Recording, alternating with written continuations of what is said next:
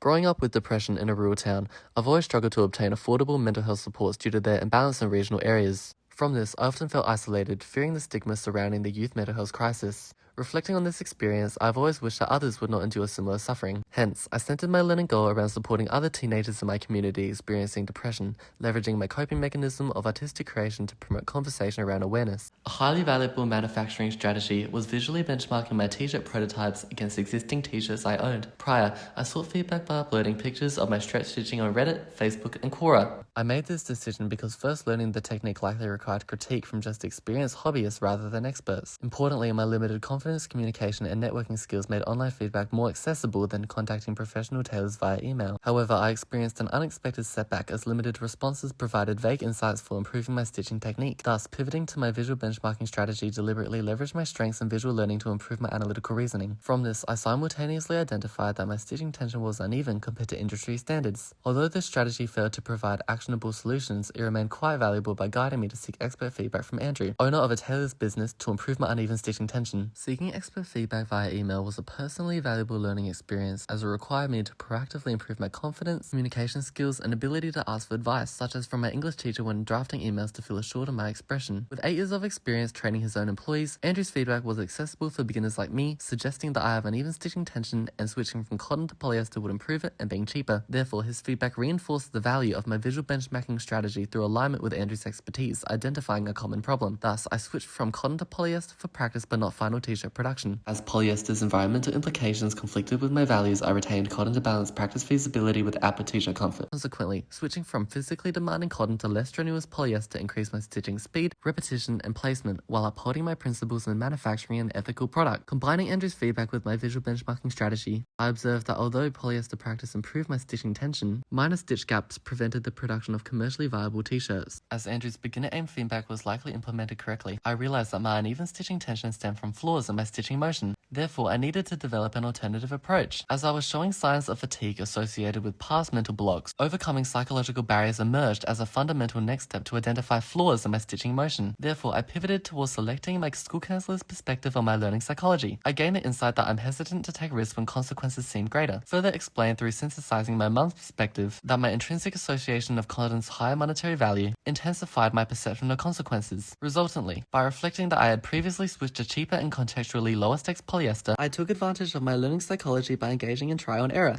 Crucial to my stitching development, I discovered that lowering my penetration angle to 30 degrees finally eventuated in straight stitching with even tension as visible in my output. Thus, using adaptive strategies, synthesized perspectives, and targeted feedback interrelatedly led to my first output t-shirt. Measuring this learning development using my strategy of visual benchmarking revealed stitching comparable with t-shirts I owned. This supported my realization that my extent of learning was approaching industry standards. Furthermore, this learning development was additionally measured using connected questionnaire feedback from community members who wore my t-shirts. I received the feedback that although they look comparable to their t-shirts, minor stitching protrusions along the shoulders cause itchiness when worn. This can be explained by my trial and error experimentation unsuccessfully developing viable shoulder seam techniques, which lowered confidence and skill development in angular stitching. This taught me that structured practice can be vital to improvement, a learning development evident in my output, whereby my t-shirts contain minor holes between just shoulder stitches and not others. Thus, by analyzing how different aspects of my learning interacted together, I can now praise that my t-shirt manufacturing learning development approached industry standards to an aesthetic extent more than usability extent. Instead of basing my designs on generic slogans that lack personal connection, I adapted this strategy towards brainstorming my own slogans based on my lived experiences with depression. From testing this strategy at different times of the day, I discovered my mind is most active but least overstimulated during mornings. Hence, actively brainstorming my slogans before school maximized their time efficiency and quality. This learning experience was personally valuable as I learned to leverage my ADHD as a strength to mitigate brainstorming related time management risks rather than feel ashamed of it. After creating these slogans, I self-questioned their effectiveness and viability but recognized that my personal attachment was making my judgment biased. Consequently, I pivoted and sought feedback from my local psychologist Dr. Jen Koyak. He recommended to select slogan 2, as I gained the insight that slogans 1 and 3 were not relatable to other depression sufferers. Invaluably, he suggested not explicitly stating the slogan but instead integrating it subtly into the visual design, as some depression sufferers may feel vulnerable. Initially, I felt discouraged, as I struggled to accept that some of my lived experiences were less less relatable to others. Reflecting on this setback unexpectedly transformed my previously ineffective self-questioning into my most valuable strategy. Through self-questioning my own slogans, I strengthened my emotional regulation through continued exposure to my harshest critique myself. In turn, improved emotional regulation enabled me to move beyond personal bias and objectively refine my slogans and designs. Monumentally, I now recognize that effectively supporting depression sufferers requires sensitivity towards the different ways individuals experience depression. As I now understood the motive behind Dr. Jane Collier's feedback, I overcame my hesitancies and selected slogan 2. Therefore, the combination of these strategies, feedback and learning processes led me to design a t-shirt conveying the message that whilst depression is not always visible, it is always real. Importantly, my intentionally chosen Instagram output format allowed me to appraise the extent of my learning development by visually comparing my initial and final designs. Upon this, I assessed that although both designs were aesthetically pleasing, as my design skills using Adobe 360 were already developed, my final design communicated the intended message more clearly yet sensitively. Specifically, the umbrella represented the intentional concealment of distress, and the rain symbolizing underlying sadness, reinforcing the value of authentically translating my lived experiences into designs. Interconnectedly, questionnaire feedback from attendees on my Instagram organized community meetups confirmed the effectiveness of my t-shirts. Several teenagers stated that the t-shirts gave them confidence to talk about their experiences with depression. Furthermore, others informed me they were even regularly holding sustained group conversations to support their families, which they would never have initiated prior to receiving their t-shirts. Ultimately, I can now appraise that my extensive learning development enabled me to achieve my learning goal to a large extent, which I am truly proud of.